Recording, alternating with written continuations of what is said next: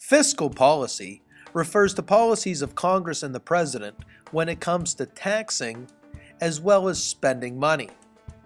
When the government spends more money in a year than it brings in, it creates a deficit. All the deficits added together make our national debt. Monetary policy is when interest rates are either higher or lowered, and also refers to how much money is in circulation. The money supply and the interest rates are controlled by the Federal Reserve System. It's the Federal Reserve that prints money and oftentimes puts more money into circulation, which leads to inflation or the devaluing of the dollar. Microeconomics is the study of individual people and companies in an economy. It's based on a market economy in which consumer demand is the driving force behind the price and production levels of goods and services. Supply and demand in individual markets for goods and services is an area of microeconomics. Macroeconomics is the study of the overall economy, examining the economy as a whole. It deals with statistics involving inflation, unemployment rates, and GDP or gross domestic product. It also involves government fiscal and monetary policy. In economics, the circular flow describes the circulation of income between firms and households. Households provide the factors of production for firms, mostly in the way of workers, and in return, the firm provides income in a wage or salary for the household. In addition, firms produce goods and services that households want, and therefore households spend or purchase the goods or services offered by the firm. GDP, or gross domestic product, is one of the major indicators of how a nation's economy is doing. It is the market value of all final goods and services produced within a country in a given period. GDP is calculated by the formula of consumption by consumer spending plus investment, which is by firms and new houses, plus government spending, plus net export, which is our exports minus our imports. If GDP is growing, then a nation's economy is growing. Consumption or consumer spending is the expenditures of households on goods and services, basically things we buy or the services we pay for. Examples would be clothing, food, and healthcare. Investment is a firm's spending on equipment, inventories, and structures. Examples include machinery, unsold products, and housing. The sum of all government spending also goes into calculating GDP. Government spending examples would be on military equipment or salaries to employees. Net exports takes our exports minus our imports. When a nation imports more than it exports, it has a trade deficit. This currently describes the United States. A nation's GDP can be affected by things like population expansion or contraction, creation of new goods or services. Trade can also increase or decrease GDP. A war is also something that could cause a change in GDP, as well as new natural resources. You'd go to a town, you'd be traveling, maybe whatever, and you'd carry a little bit of gold around in a purse, and you'd clip off parts of the gold or whatever, pay little bits, and they'd weigh it out, and there's just different ways of doing it. But you didn't want to walk around with your gold on you because someone could whack you on the head and take your gold, right? And head whacking was pretty common in the old days. So you'd leave your gold with a goldsmith, and he'd watch it for you, and if you needed something, you'd swing by and grab a little bit and take it over to the hotel, wherever you're staying. And after a while, the goldsmith would he'd hand you a little slip of paper that showed that you left it with him. And at the end, you'd go back and turn in your slip, get your gold back. Well, after a while, you could just trade the gold slip to somebody because he knew the goldsmith too, and he could just go over there and redeem it anytime. So after a while, people just had slips of paper representing the gold that they left with the goldsmith. And it didn't take too long. People always figure out angles. It didn't take too long for a goldsmith to realize he could probably issue more slips than he has gold. Because no one ever showed up and wanted all their gold at the same time, as long as not enough people did. He only had to have a fraction of the gold sitting back there for all the slips out there circulating.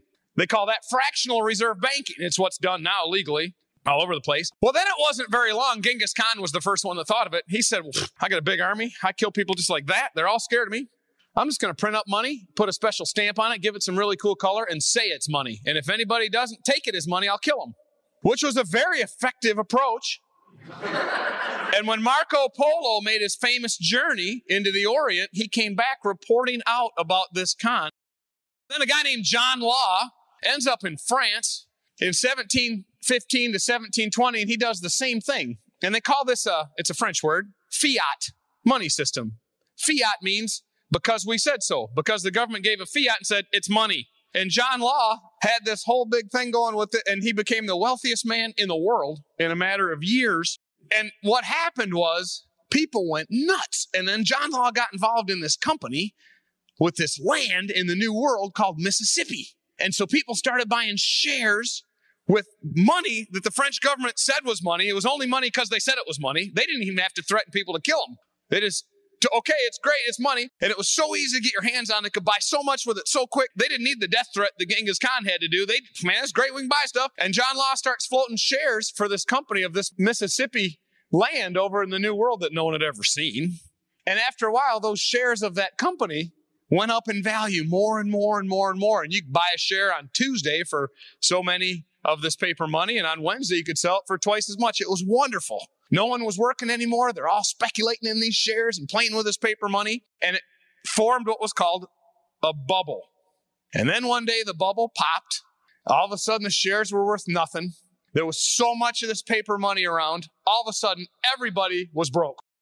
The technical terms that economists choose to describe booms and busts are inflation and deflation. Now, inflation is when more money is printed than actual value backing the money. Inflation means an inflation of, a growing of, the money supply. Now, we can get really detailed. It's actually more complicated than that because it's a growing of the money supply relative to the demand. It's not just when you produce more money. It's not necessarily automatically inflation, but we'll leave that to the side for now. Just know there's a little bit more to it. But basically, it's an expansion of the money supply beyond what it should be. As a result of inflation, prices go up. Some people think inflation is rising prices. That's not true. Huge demand can make prices go up. That's not inflation. Inflation is when the money supply gets too large and therefore everything costs more because now you have more money fighting for the same amount of goods. And if you're a smart salesperson of goods, if there's a whole bunch more money fighting for the same goods, what do? You raise prices because they're going to pay it. When you mess with the money supply, everybody has more money. That's inflation. Now, it does some things. One of the things is it taxes people who save money. If you are saving money and you've got money in a bank or you've got some stuck in your mattress and you're saving money, because someone pumps in a whole bunch of fake money around that money, if all the prices go up, it effectively makes your savings worth less. So inflation is more money out there. It makes all the money worth less. Deflation is less money out there. Makes all the money worth more. It can buy more, same amount. All right, those things tie into something called the value of the dollar. Now, the value floats around between inflation and deflation because someone's messing with the supply. If we could somehow do it old-fashioned ways with a bunch of gold coins sitting around, no government can mess with that gold, can they? It's a finite supply. It is what it is. You got what you got. They can't just do fiat and say it's worth more or less. It is what it is. When the founding fathers of the United States wrote the Constitution, they gave the federal government the power to declare what money would be. And they gave the power only to coin legal tender, to coin money, not to print paper money, but to coin it. See, they had already gone through an experience during the Revolutionary War with paper money backed by nothing. It was called a Continental Dollar, and it inflated so badly, they printed a whole bunch of it to try to pay the war debts. Wars are very expensive, and defeating England and getting free cost a lot of money that didn't exist in the colonies. And so they printed this fake money and said it was money, and by the end of the war, it wasn't worth anything. Matter of fact, they said it wasn't worth a Continental. That phrase is kind of still around. So they had had a real bad experience with fiat money. And when they wrote the Constitution, they said, no more fiat money. So then we were on a gold and silver standard, and it was pretty stable. And you'll read sometimes about how there were booms and busts, but if you look at the magnitudes, it's not true. Then we went into the Civil War, another expensive war, and so we start printing paper money again. We inflate the money supply again, because then we can pay our suppliers for the war materials in money that's not as valuable, but the number's the same. So every time the temptation arises when the need's great enough, the government grabs a hold of this concept and they cheat the money supply to pay their bills. So another war comes along, and you'll notice that governments get the most off track when there's an emergency. And they invented something really cool during the Civil War called income tax. That was a wonderful thing. And they created something else really wonderful along with income tax called the IRS. These are two wonderful things that happened during the Civil War. Only income tax got deemed unconstitutional in the late 1800s, but the IRS lived on. And so we were back to a gold money standard again. Booms and busts stopped. Everything was pretty constant. And there is a lot of evidence to suggest that what happened next in 1907 was contrived by the big bankers. They got together and deliberately caused a financial panic, the Panic of 1907.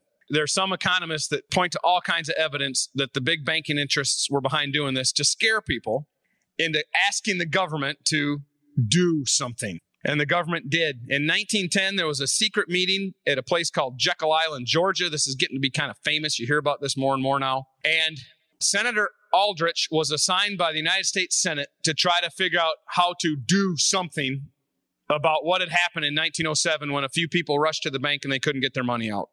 Like a small percentage of people, but it doesn't matter when you're panicking. The facts don't count, right? You just panic. Don't waste a good crisis. So top bankers and billionaires representing over 25% of the wealth of the entire planet got together in a secret meeting in Jekyll Island, Florida in 1910, and they designed something called the Federal Reserve. It's not federal. It has no reserves. It's not owned by the United States. It's a secret banking, well, it's not secret anymore, but they established it as a secret banking cartel. Now, the United States had already had bad experiences with what's called a central bank. There was a central bank when the United States started, and its charter ran out during the presidency of James Madison. But when he fought the War of 1812, he allowed another one to get started because, again, he needed to inflate the money supply to pay for his war. And Andrew Jackson, a president later in the 1830s, he waged a personal war to not allow the charter of that second bank of the United States to get restated. And so the bank got killed again. So twice Americans realized the danger of turning over their money control to private banking interests. And twice they fought the battle to shut down a bank. So America didn't want a central bank. They learned their lesson twice. So you couldn't call it a central bank. You had to come up with another name. So they came up with Federal Reserve. And United States Senator was in charge of the committee to try to figure out how to have a lender of last resort against another panic like 1907. He calls together all his big money buddies, and they come up with a secret cartel. It took them 2 attempts, but by 1913, the Owen Glass Act was passed through Congress, through the House, signed into law by President Wilson. And in 1913, the Federal Reserve was born. We had our third central bank and everything except for name. Curiously, at the same time, now hang with me on this, guys. Curiously, at the same time, in 1913, they passed something called the income tax. Well, I thought a Supreme Court had already deemed it unconstitutional. It's easy to get around that stuff when you want to come up with a way to pay the 6% interest to the bankers of the Federal Reserve who create the money out of nothing to begin with. There has to be a way for them to get their money first. So tax the citizens with a federal income tax. Oh, this is funny too. One congressman tried a filibuster on the floor and tried to stop it because he said he could see a day it would get so out of control, income tax could go as high as 20%. That's what they said. They laughed him out of there. They said he was an extremist. He was an alarmist. He was crazy. It never happened. But yet, within just a handful of years, the upper brackets were already in the 30, 40, 50% range. It's unbelievable. There's a story or a phrase people use to talk about how power creeps. Have you ever heard the term called bracket creep? You know, it's where you define a problem as being between these two brackets and we're going to solve it. And then over time, the mission grows and it gets bigger and bigger. It's just a police action in Indochina. It's not really a war in Vietnam, but those brackets creeped, didn't they? 57,000 American deaths. Well, bracket creep, there's another cute way to describe it. It's called the camel getting his nose under the tent flap. The way government works to steal the freedom of its citizens is it knows it doesn't have to get the whole thing done all at once. It only has to get the door cracked open. If the camel can get his nose under the tent, sooner or later he knows he can get in farther, right? It seems harmless to let the little nose in, but that's exactly what happened in 1913. The camel's nose got tucked under the tent flap. The Federal Reserve was created. The entire money control of the United States government was given to a small cartel of private bankers. And we implemented the income tax so we'd have the money to pay them the interest. There was a third thing that happened that same year. We passed the 17th Amendment, and no longer were senators appointed by state legislatures like the founders wanted them to be to make sure we had a check and balance on what Congress would do. Instead, they passed the 17th Amendment and said, let the masses elect the senators too. And now everybody had to pander to mob opinion. That was the birth of an empire and the death of a republic. And then along comes rumors of something called the Smoot-Hawley Tariff Act.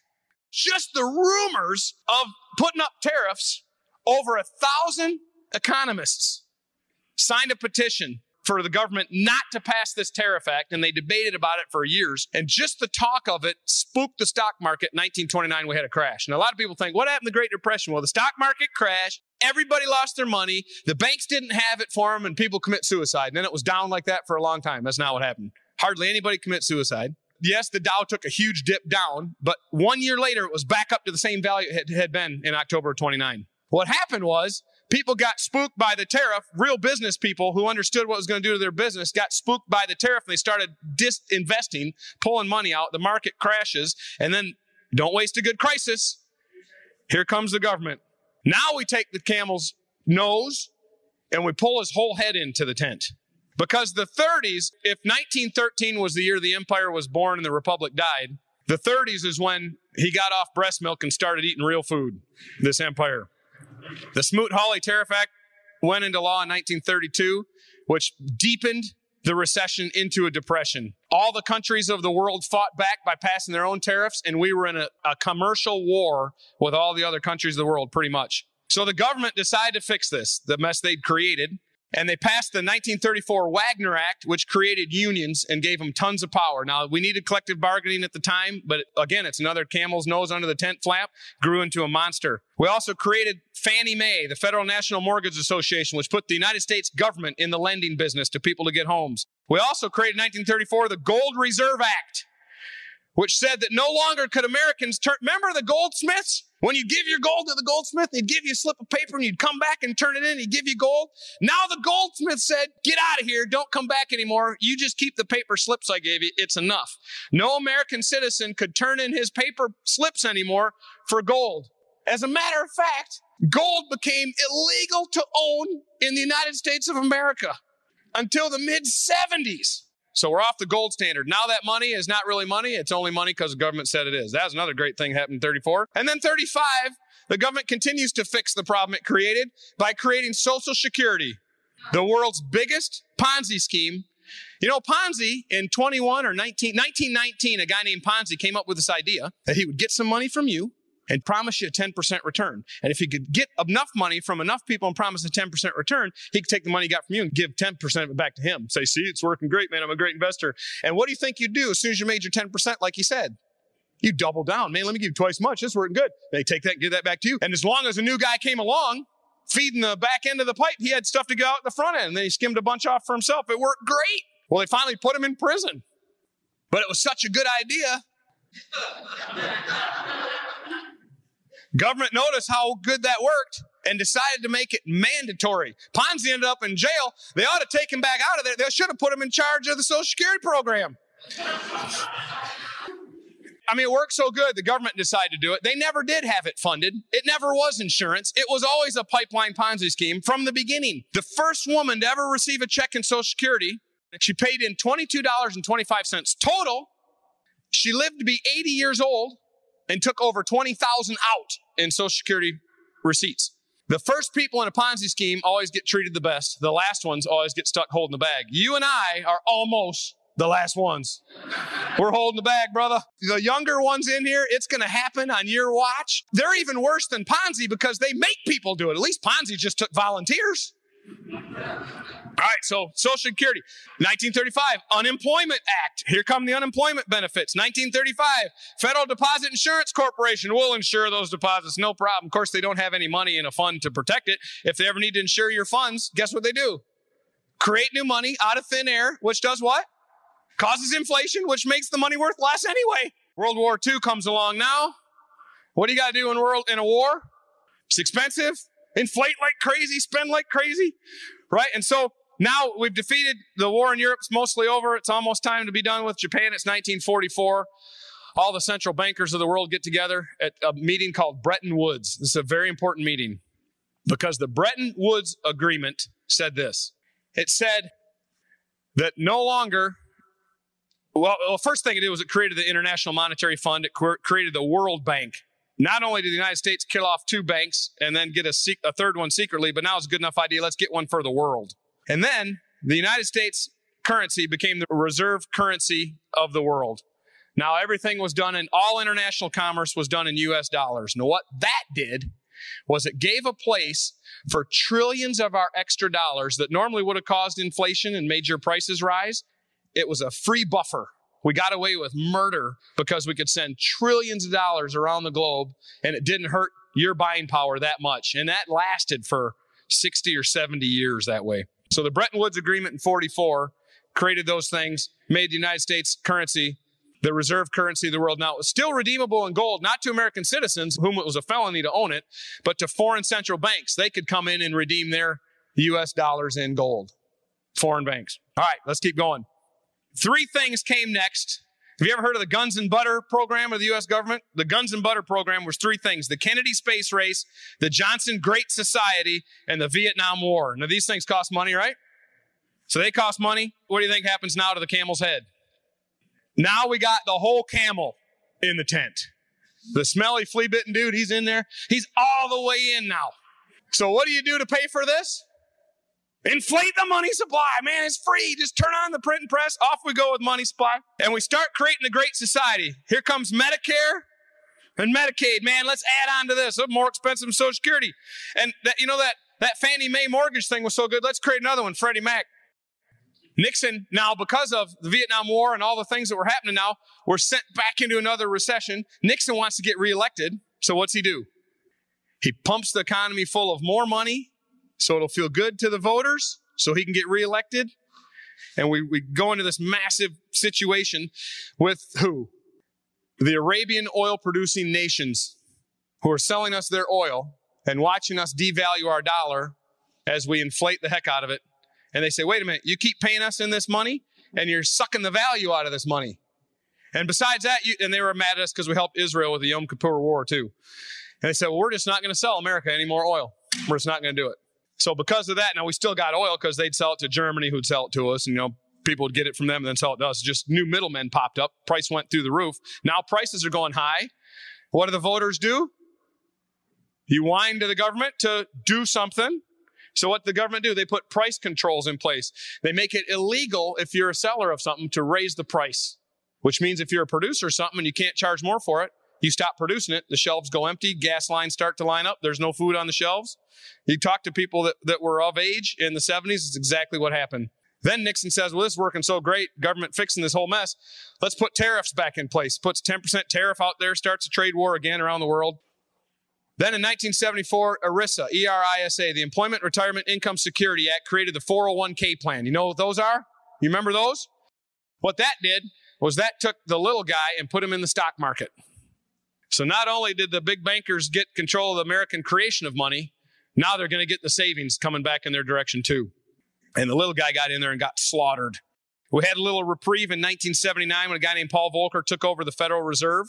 He realized the money supply was way too inflated, and he started reversing it. He started deflating the money supply and pumping value back into the U.S. dollar. At the same time, Reagan got in the White House and he pushed through his tax cut program. Now, he still spent money like a crazy man. That part never got fixed. But just lowering taxes and restricting the money supply brought in the 80s, the great economy of the 80s. And remember, they call it the greed generation? This is where the yuppies were born, driving their sport utilities. Everything was great, man. Economy's fantastic. It's all about me. It was the me decade. Along comes Alan Greenspan, takes over the Fed in 86. Technology takes off in the early 90s. Greenspan starts inflating the money supply. Wall Street started rewarding short-term profits. They had all this 401k money. All these mutual funds grew up like crazy. Wall Street starts rewarding short-term profits, stops rewarding long-term manufacturing gains, and we start seeing our factories being shipped overseas. All we're rewarding is little quick quarterly statements. The internet takes off. 90s are great. Everything's roaring. Stock market's going up. Everybody's day trading stocks. 401ks are going through the roof. Everybody's counting their chickens before they hatch. And what happened in 2000? Tech market bubble pops, right? All of a sudden, nobody's trading day stocks anymore, none of that stuff. We go into the 2000s. Everybody that takes their money from the technology stocks, and where do they go? Real estate. The herd is always running somewhere. The mob is always dashing to the latest thing. And so it goes from the tech stocks, all right, forget that. Now we're going into real estate. And man, they started creating all kinds of stuff. Subprime loans, creative mortgages. Use your home as an ATM card. Every 2 years, man, it's worth 20% more. Go back to the mortgage, get another mortgage, get a second mortgage, redo it. Adjustable rate mortgage, interest only. Buy the flat screen TV, get the new sport utility. This is great. Take a trip, buy a condo, get a third property, a fourth. Let's flip houses. We have flip houses. They always go up in value. Just put a little paint on it and flip it. 2008, what happens? Housing bubble pops. Starting to get used to these bubbles popping. And now we've entered into the decade of government debt, of public debt. It's another bubble looking for a pin. Only it's a bubble that's so big, it's not just the camel in the tent. There's a whole herd of camels cramming their way into the tent. We ain't never seen a tent with this many camels in it. They're all over the place, pooping on the rugs, and it's a mess. And they're inviting more camels in. When they say national deficit, they mean the amount of money the government spends more than it makes in a year. When they say national debt, that's when you add up all the deficits. There's only two ways the government gets out of that mess. They either print so much money to pay it off with money that's almost valueless and we become Zimbabwe or Argentina, or they basically default on it. Neither one of those situations play out very good for the average American person.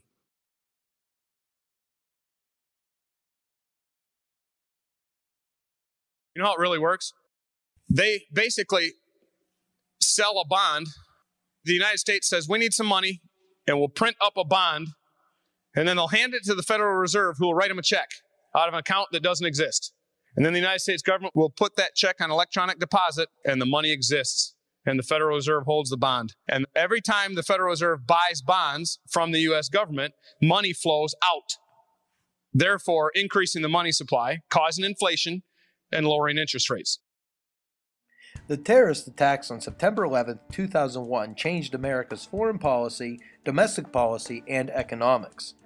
America's foreign policy became that of finding and destroying the terrorists and terror training camps. Wars in Afghanistan and Iraq were both wars against terrorism. Debate still goes on today about the wars. On the one hand, America weakened the terrorist ability to attack the U.S., but the cost in lives and dollars grew as the years went on. Osama bin Laden was the leader of al-Qaeda responsible for the attacks. Al-Qaeda had attacked previously. In 1993, the World Trade Center garage, in 1995, U.S. embassies in Kenya and Tanzania, and in 2000, the USS Cole were all terror attacks launched by al-Qaeda. In 2011, U.S. Navy SEALs successfully conducted a mission that found and killed bin Laden. The war on terror still continues as al-Qaeda aims to kill Americans. 9/11 also changed U.S. domestic policy. The Department of Homeland Security was created to combat terrorism. The Patriot Act was passed to allow the FBI the authority to listen in on phone calls without a warrant to stop a terror attack. This led to debates on how much privacy Americans were willing to give up for security.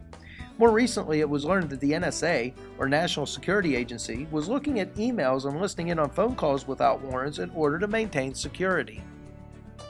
Airport security is another major area of change in the U.S. due to 9/11. The economy also took a hit after 9/11. The stock market was closed until Monday, September 17th. When it reopened, it went down drastically in response to 9/11. Interest rates were decreased to very low levels, which led Americans to take out more loans and add up credit card debt. With low interest rates, borrowing was encouraged, and Americans were taking out loans for more than they could afford. A subprime mortgage is a loan given to a person with bad credit. The number of subprime mortgages increased as interest rates were lowered. As a result, loans were given to people who normally wouldn't have been able to get a loan. After 9/11, it seemed that the economy was doing better. Buying, spending, investing, the stock market, the housing market, the credit markets, everything was booming. However, the rate of loan failures and housing foreclosures, especially in subprime mortgages, began to rise. The financial institutions backing up those loans and mortgages now found themselves in crisis. The housing bubble popped in 2008, which led to the recession that lasted for several years. Debate goes on today on what role the government should play in the economy.